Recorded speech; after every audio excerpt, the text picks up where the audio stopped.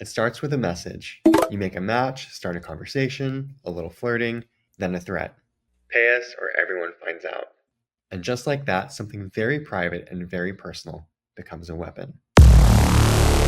Underwear, alcohol, syphilis, murder, forbidden.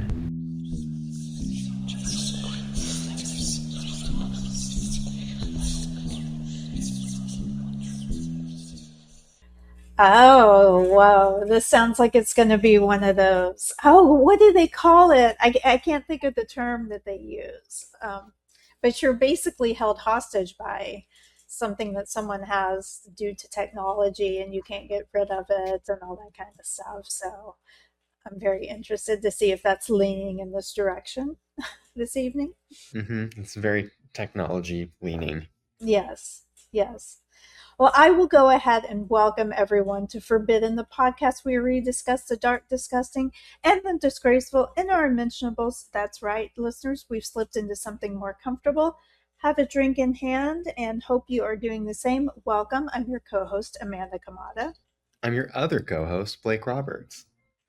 Now, Blake, some people steal with guns, others steal with charm. They sell fake love, fake power, fake healing, fake wealth.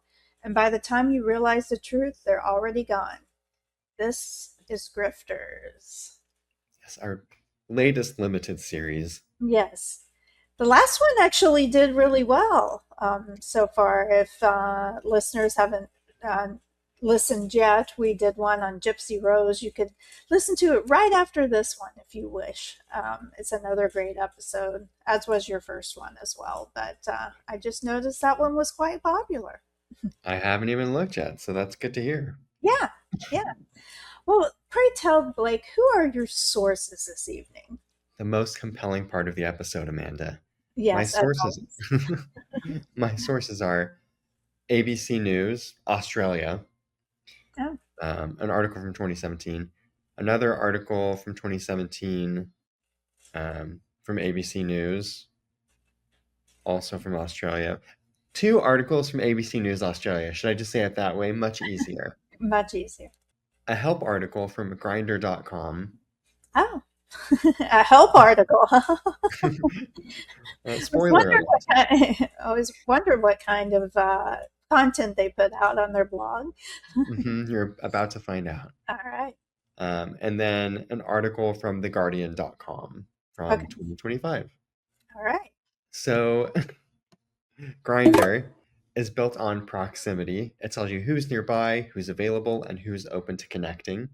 It's immediate and personal, which is why it works, and why it's exploitable. Because the same things that make it powerful, identity, trust, and privacy, also make it vulnerable.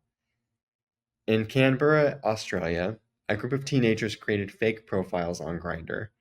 They started conversations and arranged a meetup, but the meeting was just a setup. When the victims arrived, they weren't meeting a date, they were met by a group, and that is when the threats began. Quote, "Give us money or we'll tell people you're a pedophile," end quote. Oh no. The accusation didn't need to be true, it just needed to be believable enough to destroy someone's life. Victims handed over their cash, phones, bank details, because in that moment, the threat felt bigger than the money. A one-time financial loss seems more manageable than like losing a job, the source of your income, you know? Or your whole like reputation, like having it out there in the public or something like that. Yeah. Or if Yeah. you're in the closet, losing your loved ones. Yes, that's true. So, I didn't even think about that because Grinder is, I think it skews all gay, right? If I'm correct, or LGBTQ friendly. okay, is it okay? Yeah. I wasn't sure if it leaned more towards men, women, I both. mean, Yeah. it definitely leans more toward men. But Okay. there's also a fair amount of trans people and just the queer community. Yeah. Gotcha. One of the victims, described in court as, quote, beautiful and kind, later took his own life because of this. Or allegedly because of this, I should say. Yeah. His mother told the court, quote, he had everything to live for, end quote. The scam didn't end when the money changed hands. It stayed with the victims in the forms of fear and shame. It essentially reveals a vulnerability beyond just bank accounts. This was structured, planned, and it was scalable. The model is simple: contact, build trust, threaten exposure, and demand payment. This isn't one case, it's a pattern that shows up across countries, cultures, and legal systems. The details change, but the structure doesn't. In parts of West Africa, including Ghana, reports describe coordinated groups using apps like Grindr to lure victims. The tactic escalates. Victims are invited to meet, they're confronted or assaulted, they're filmed, and they are blackmailed with the footage. So, again, the threat isn't just exposure, right? It's legal risk, social rejection, and physical danger. In a case from 2019, a 25-year-old Ghanaian Nigerian chef and trans woman joined the app and immediately connected with a man. He asked her to meet, took her to a secluded building, locked the door, and then two men approached with a camera and torches. Now, when I say torches, because this is The Guardian, I'm assuming that means flashlights, Oh, okay. I right? was about to say that's aggressive. Yeah, but Yeah, still equally aggressive, like coming up on that. yeah. Um, I'm assuming it's flashlights, but maybe they actually had torches. I don't know. Yeah, I'm sure it felt like that regardless. right. Over the course of 3 hours, they attacked, abused, and filmed her. 3 hours. They stole her money and phone, threatened to expose her identity to her contacts and to police. And remember, in this part of the world, it's illegal to be gay, trans, or even an ally to the LGBTQ community, Right. punishable by 3 to 10 years in prison, even just for being an ally. That's fucking crazy. Yeah, That is that's so scary. yeah, and it puts things in perspective too. Like for those of us who are in the US or Australia or the UK, right? Like there are other places where it's much worse. Hmm. In the US and Europe, the scam often stays digital. So there's no meetup, there's just escalation. Fake profiles initiate contact. Victims are moved off platform, right? Like exchange phone numbers, something like that. Intimate content is requested or manipulated, and then comes the threat. We're going to send this to your family, to your job, to your contacts.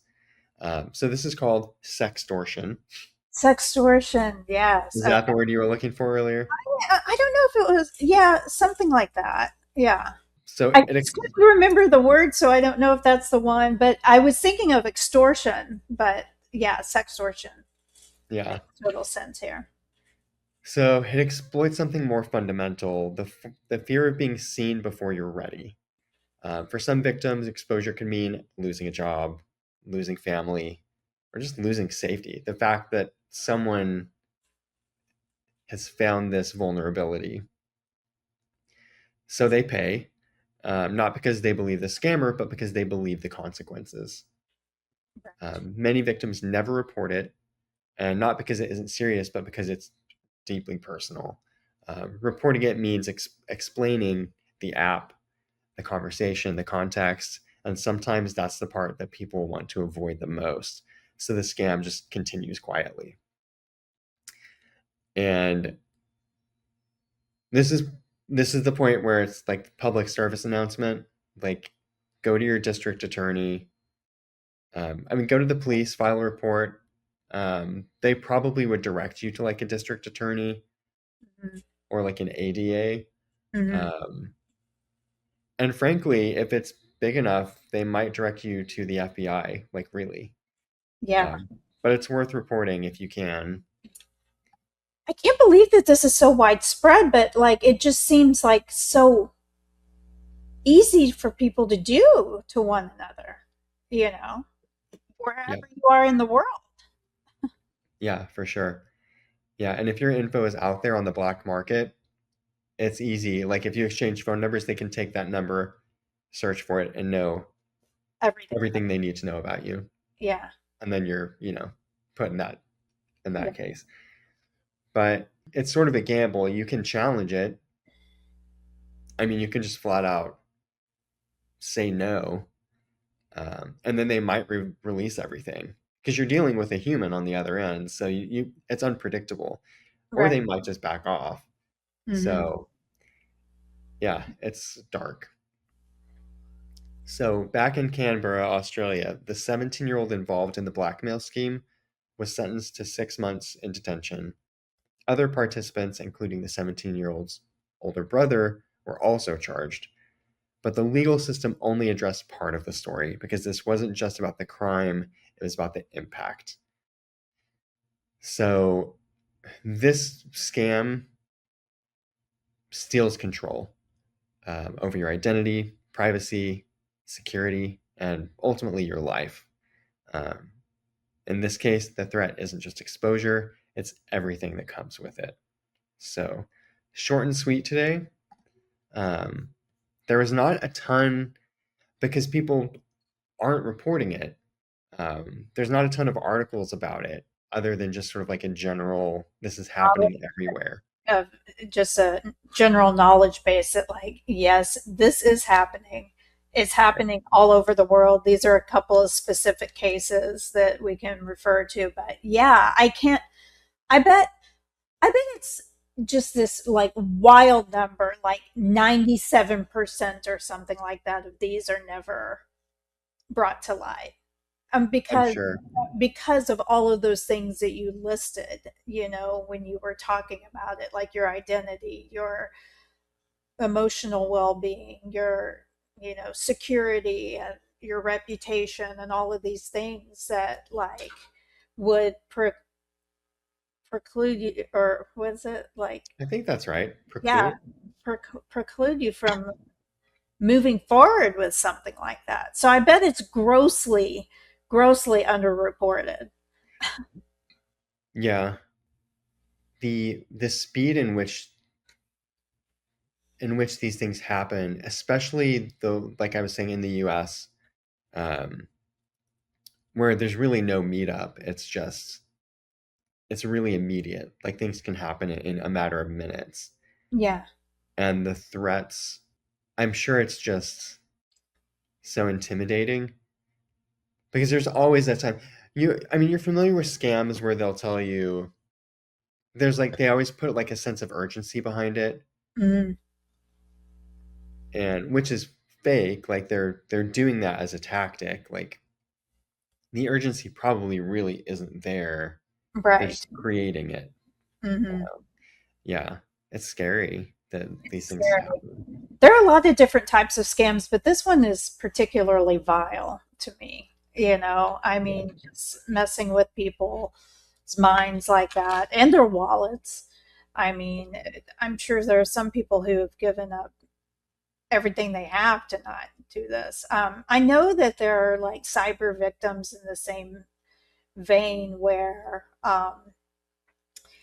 there are these websites that you can find like your sugar daddies and stuff like that, and there have been a couple of cases of women doing that, and it's not it's still exploiting them because they know that like they're married or something like that, so all of a sudden they turn on them and are like, unless you keep me up or give me money or give me a car, etc., etc., I'm going to reveal our affair to your wife and your family and stuff Yeah. like that. And I've seen episodes like that on that show, which I love, American Greed.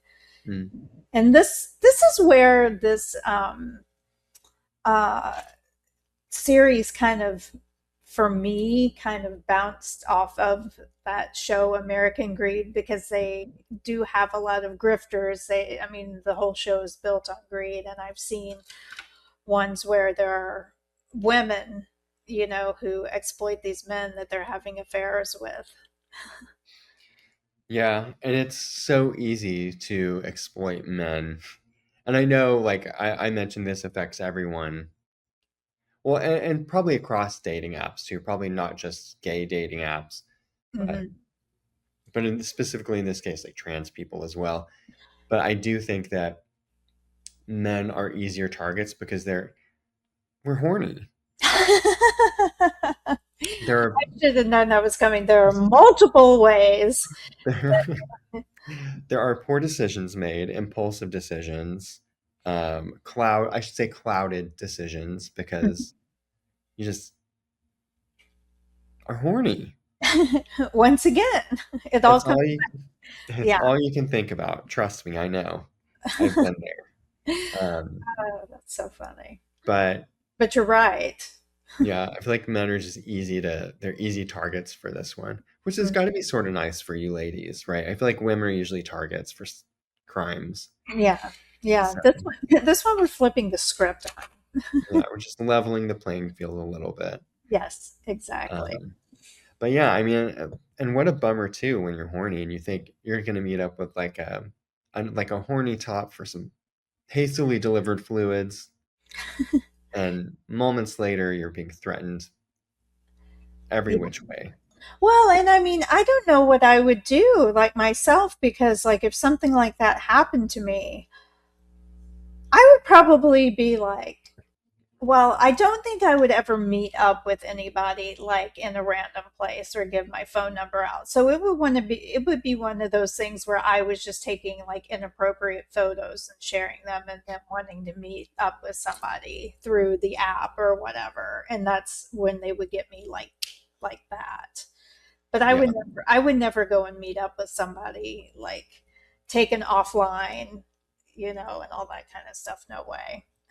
yeah, that is dangerous. Yeah. Um, Well, seeing as that we're both in committed relationships, we shouldn't be doing this anyway. right. This is hypothetical, Yes, this is. purely hypothetical. It's funny because I was thinking about dating apps. I mean, apps didn't exist when I was dating. That was Same. 20 plus years ago now. Yeah.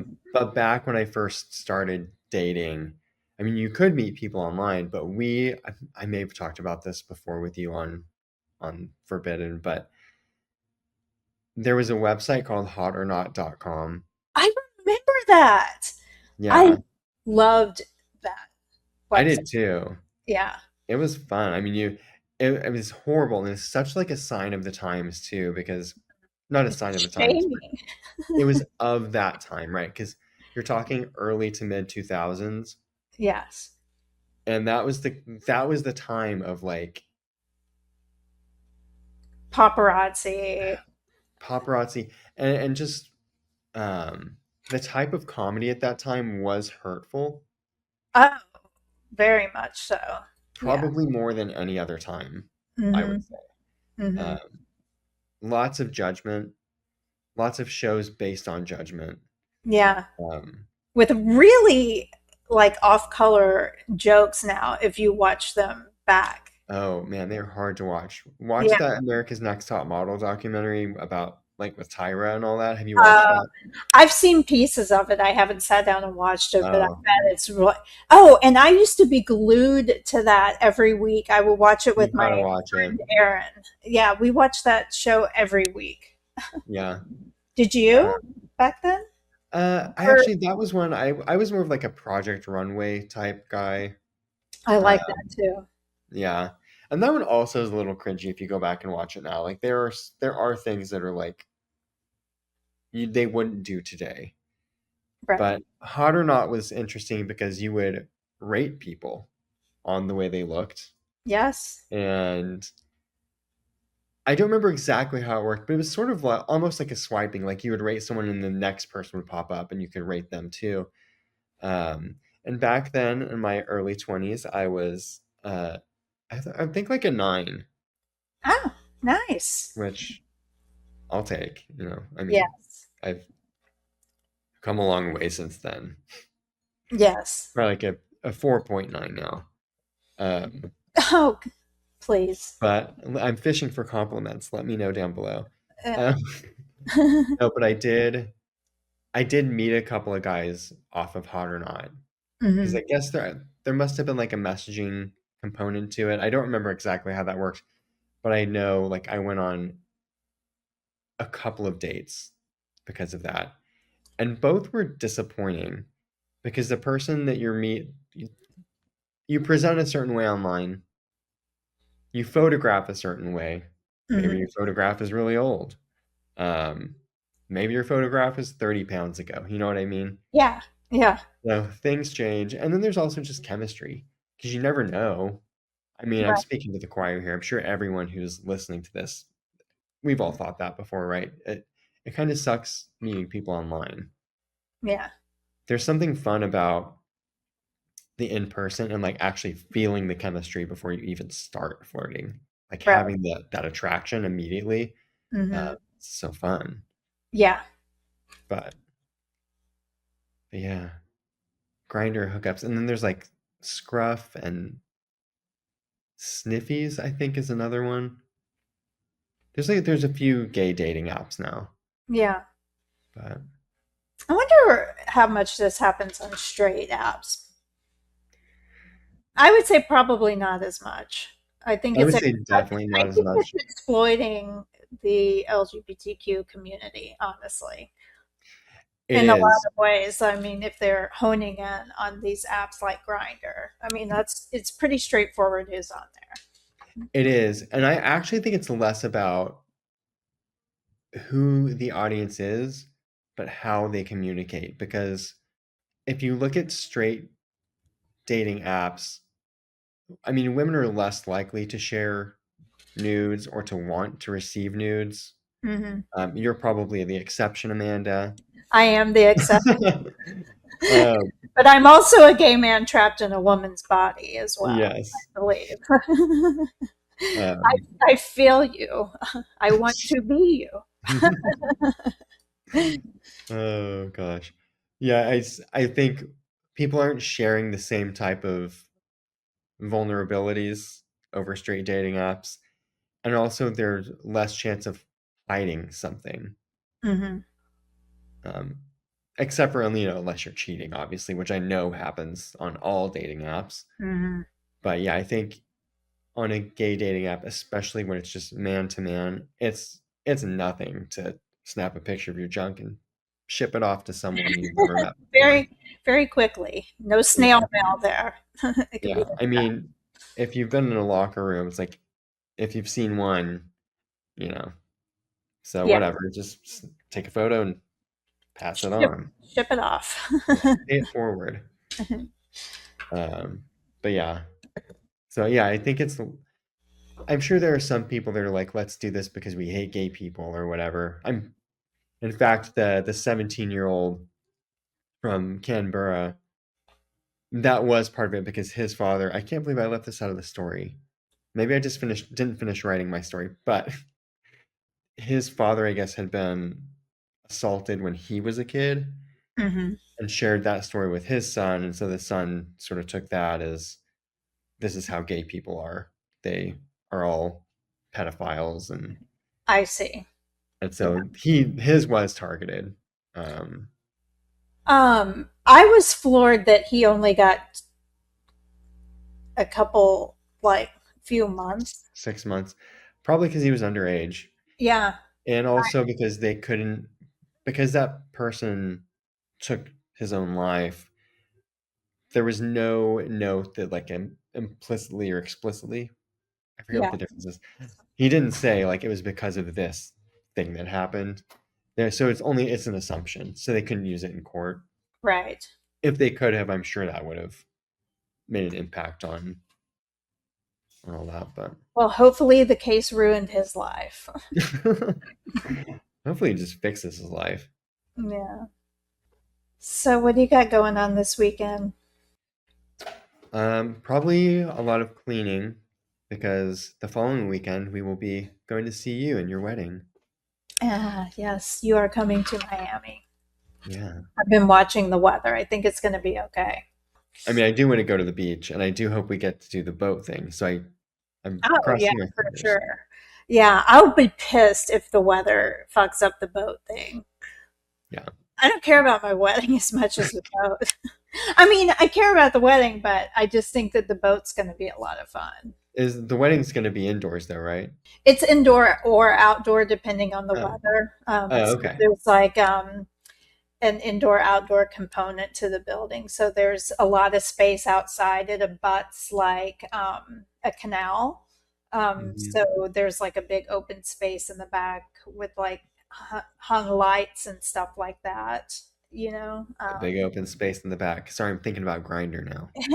Yeah, coming back to Grinder. But yeah, so it's indoor outdoor. Okay. Well, yes, then I hope it doesn't. I I mean, I actually hope it doesn't rain at all, but actually found out last week. I don't know if I said it in last week's episode, but I did a walkthrough and I found out that it was the oldest building in Miami Beach.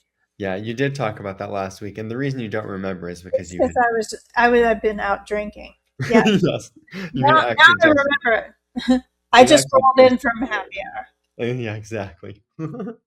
Uh, That's a good one. But yeah, so that's pretty cool. Yeah, I hope it's fun. You know, I worried that it's not going to be fun for some reason, and then I'm like, how is that possible? I Because can't imagine anything involving you. and not being fun. Yeah. Well, hopefully it will be.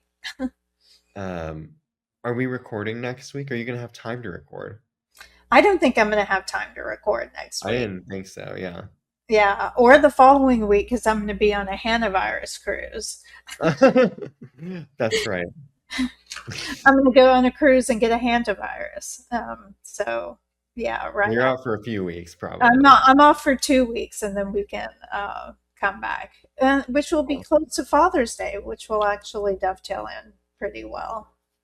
Yeah. So we'll have a little break here. So, listeners, you can catch up on all of the episodes. You can do it here on the YouTube channel, or you can do it on Spotify, or you can do it on Apple Music at theforbiddenpod.com. Or, sorry, at the Forbidden Pod, not .com.